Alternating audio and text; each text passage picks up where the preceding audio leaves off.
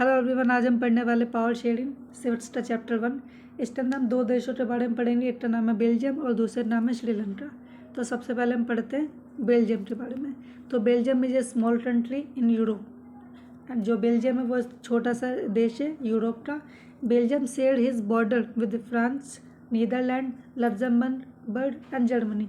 यानी जो बेल्जियम है अपना जो बॉर्डर होता है वो फ्रांस, नीदरलैंड, लग्जमबर्ग और जर्मनी के साथ शेयर करता है। Area of Belgium is equal to that of an Indian state of Haryana. यानी जो बेल्जियम का एरिया है वो इंडियन स्टेट हरियाणा के बराबर है, यानी ज़्यादा बड़ा नहीं है।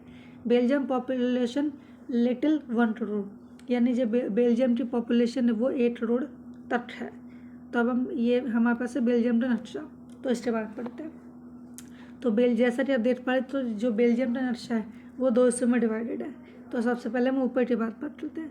तो जो बेल्जियम का ऊपर वाला नक्शा है उसमें इस तरफ रहते हैं फ्लैमिश रीजन के लोग, जो 59% है, और ये 59% जो फ्लैमिश रीजन के लोग है ये बोलते हैं डच लैंग्वेज। वहीं नीचे बात करते हैं, नीचे रहते हैं वलोनिया रीजन। ये जो वलोनिया रीजन के लोग हैं ये 40% है, और ये 40% लोग फ्रेंच लैंग्वेज बोलते हैं। और यहीं नीचे 8% लोग ऐसे भी जो जर्मनी लैंग्वेज बोलते हैं।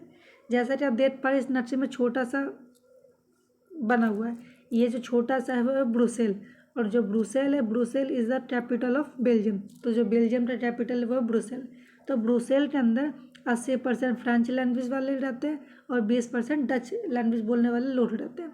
तब होता कि जैसे कि आप देख पा सकते हैं यहाँ पे कि यहाँ पे फ्रेंच स्पीकिंग कम्युनिटीज़ और डच स्पीकिंग कम्युनिटीज़ इन दोनों के बीच में काफ़ी ज़्यादा टेंशन और मनमुटाव होता है। जैसा कि आप देख पा रहे हैं, अगर मैं यहाँ पे डच लैंग्वेज की बात करूँ तो 40% लोग ऊपर, ये 59% लोग ऊपर, और डच बोलने वाले ब्रुसेल के अंदर 20%, यानी 79% लोग डच बोलने वाले हैं और करीब 120 लोग ऐसे हैं जो कि फ्रेंच लैंग्वेज बोलते हैं। तो इन दोनों के बीच में टेंशन क्यों होता है? क्योंकि the minority French speaking communities was relatively rich and powerful. यानी जो कम्युनिटी फ्रेंच लैंग्वेज बोलती थी वो कम्युनिटी काफ़ी ज़्यादा रिच और पावरफुल होती थी। वहीं this were resented by the duty Dutch speaking communities who got the benefit of economic development.